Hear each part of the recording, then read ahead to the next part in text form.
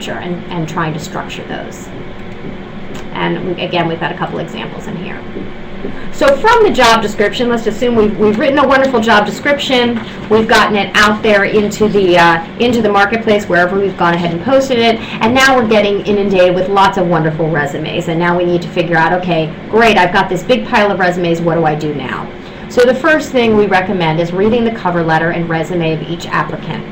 And then again, going back to your job description, you want to compare that applicant's work experience to the job description, to the qualifications, and then separate each of these resumes or candidates into 3 piles. One is they meet the requirements. So on paper, they look like somebody who might be a good fit for this role. They meet some requirements, but not all of the requirements. But it's enough that you feel like, if they are stellar at what they do, they might be a good fit. That's pile B. Pile C is they do not meet the requirements. They don't have the background that we're looking for. They don't have the right skills. They don't have the right qualifications. That's going to be pile C. The other thing that you may want to do for people that are in your pile A and pile B is research companies that are listed on their resume. So if they've been at company A, B, and C and they talk about what they've done there, you can always pop online, look that company up, and get a sense of how big or small that company is, what that company does, how relevant that might be in terms of transferable skills. So once you've kind of done that quick A, B, and C, we suggest going back to the pile A and B and reviewing it for some things that we consider sort of positive attributes versus some potential red flags. And then based on that evaluation, they may move from pile A to pile B, they may move from pile B up to pile A, they may move from pile B or A down to C. So the kinds of things that we suggest you look for are things like a clear chronology of work history. The things that you want to be aware of, and they're not deal breakers, but you're just going to want to make sure that you dig in the interview process, is unexplained gaps of employment, overlap in employment dates where they've been doing 3 jobs at the same time. Sometimes that's very relevant and actually can speak very positively to somebody's commitment. In other cases, it means that they're trying to do too many things at once. They're trying to get their own business off the ground, and they kind of really aren't truly committed to the kind of job that you're looking for. In addition, you want to look for stable and consistent employment history, longevity at each job. You want to, probably the biggest red flag that we look for when we're staffing for full-time positions is job hopping. It's the person that sort of has been at every company for 9 or 12 or 15 months, and they just keep going from one to the next to the next. Again, that is definitely a red flag. Career progression. Have they had decreased responsibilities and job titles over time, or have they had increased responsibilities? So you just want to take a look at this. And all of these obviously are going to be in reference to the type of position that you're looking for. And then, is the resume professional? Is it organized? Is it well written? Is it well laid out? Spelling and grammatical errors, incorrect dates, inappropriate personal information on a resume tells you something about that candidate, and probably is something that you want to avoid.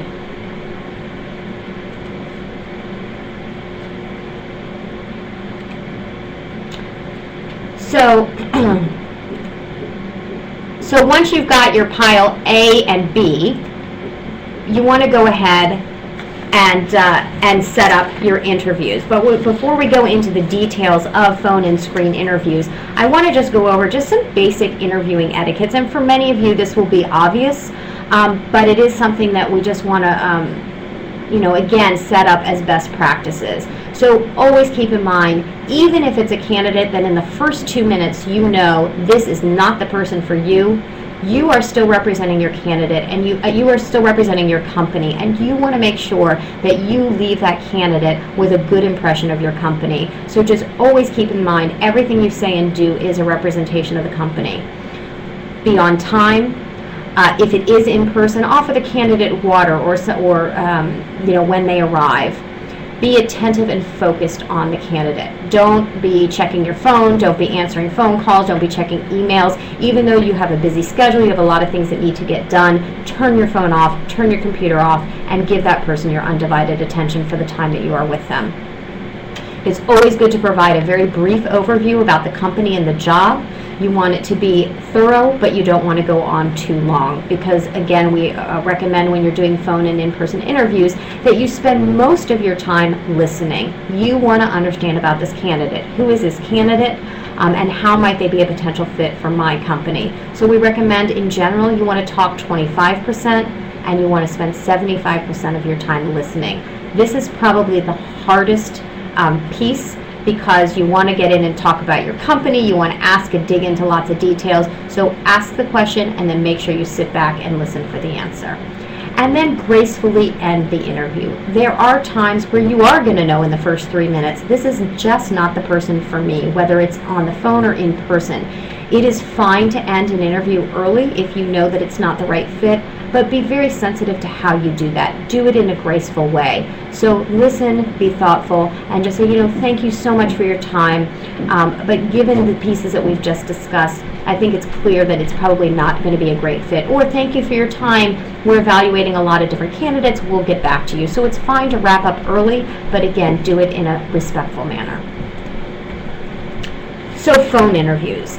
Our recommendation, and again, this can vary widely depending upon the position, so these are just some general guidelines, but our recommendation is to conduct somewhere between 5 and 10 phone screens from your piles A and B, depending upon how many people you have in each. We recommend that those phone screens be anywhere from 15 to 30 minutes in length. They are a very quick first pass to understand, hey, these people look good on paper, but do they sound good when I start speaking to them and asking them some basic questions? Do they still sort of stay in the candidate pool? When you schedule these interviews, you want to make sure that you're clear about the date, the time, and instructions on who is calling at what time. One of the things that I've personally used in the past is I usually ask people to call in when I'm doing a phone screen with them, and that's because I want to understand, does this person know how to be on time? And again, if they call in on time, that tells me something. If they're 5 minutes late, that tells me something else. In terms of the structure of a phone interview, if you do have a 30-minute interview, you want to spend the first 2 to 5 minutes saying hello, giving a quick overview of the company, of the job. You want to spend most of your time, 15 to 20 minutes, really on general open-ended questions. You want to spend a few minutes collecting, if based on that you feel like this might be a good candidate, you want to spend a few minutes collecting salary and hourly expectations. You want to set aside a few minutes for the candidate to answer any questions that they have, and then you want to wrap up the call by setting expectations for the next step. So here are some phone interview sample questions. Again, depending upon the job, these can vary quite a bit, but things like, what do you think about the opportunity as I described it? What are you looking for in your next opportunity? What are your main strengths and weaknesses? So those are some open-ended questions that we were talking about that allows the candidate to just go into their background and understand what their communication style is, how they think about their past history, how they present themselves, etc. Assuming that those questions go well, and that's sort of the 15 to 20 minutes, then you can dig into what was your last salary or hourly rate, and what are your salary hourly rate expectations. Those are two very different questions, and I think it's important to ask both of those. You want to make sure that this person's expectations are in range of what you are able to pay for this position. It's helpful to ask, when are you available to start work if we were interested in bringing you on board, and are you authorized to work in the U.S.? We have had situations in the past where we've gone very far down the path. We did not ask that last question, and it came back to bite us. So it's always good to ask if you're authorized to work in the U.S. I just saw a question come across from Rebecca about putting salary. So getting back to the phone interview, let's move on to in-person interviews. So again, this is just a very general, broad base, but we recommend of all those candidates that you do phone screens for, that you want to bring in at least 3 to 5 candidates for in-person interviews. Now again, depending upon the position, depending upon the functional specialty of the position, it might make sense to bring in a lot more, but that's just a broad base. You want to set aside at least 30 to 60 minutes for each person to interview, and we recommend that you make sure that that candidate interviews with at least 2 people if possible. Now, if you're a very small firm and there aren't 2 people, you can consider bringing in an advisor of the company or somebody that knows the company well, but we always think before hiring someone it is very helpful to make sure you have at least 2 opinions to help make that choice. In terms of the interviewer, any interview that's interviewing that candidate, they should really know the company very well. They should be able to speak to who you are, not only what your products and services are, but ultimately who are you as a company, what is your culture, what are your values, what is your mission, what's your growth plan. All of those pieces somebody should be able to speak to. And in-depth interviews should cover what we consider to be sort of 3 areas: skills and experience, which frankly is oftentimes what is on somebody's resume, aptitude and ability, which again is much more in between the lines on a resume, and temperament and fit, which is really a stylistic piece that we find is a huge component of somebody being successful in a role, but really that is the art to interviewing. You always want to meet a candidate in person before hiring. Somebody can sound wonderful on the phone, but we can't encourage you enough to meet them in person. Even if that means they're coming from another city, it is worth it to invest in getting that person, either you going to them or they coming to you before you make a final decision. And again, in that in-person interview, you want to talk 20% of the time and you want to listen 80% of the time.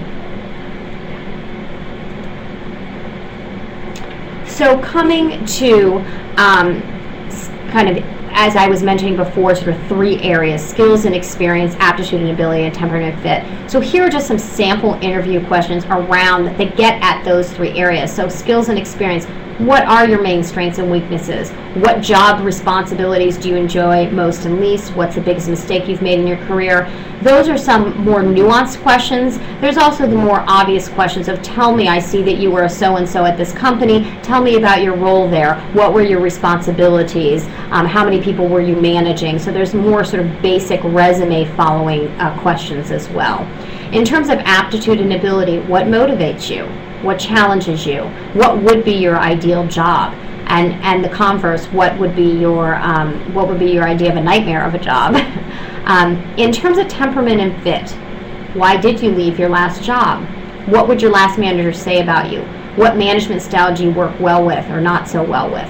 Some additional ones might be, what are the how do you work with peers? What would they say are your strengths and weaknesses?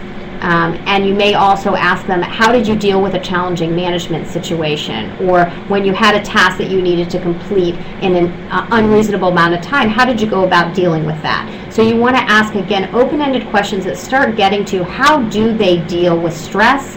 How do they deal with pressure? What kind of style do they have? Are they a consensus builder? Are they more analytical analyzer type? So you want to understand more about their style and personality and how that will fit knowing your company. I just again want to come back to illegal interview questions. So we talked a little bit about this initially, but any of the questions around any of these areas are considered illegal. And to take it one step further, here are some examples of illegal interview questions and ways to ask it in a way that is legal. So just as an example, you don't want to ask people, how old are you? What year did you graduate from high school? What's your birthday? But you want to ask, are you over the age of 18? Because again, for work purposes. Or you can't ask, how tall are you? How much do you weigh? Of course, but you could say, are you able to lift a 50-pound weight and carry it 100 yards, as that is part of the job. So depending upon the specific job pieces, you want to be very careful. Another big concern oftentimes is, do you plan to have a family? How many kids do you have? What are your child care arrangements? Those are all completely illegal questions, but what you can ask is, would you be able and willing to work overtime as necessary?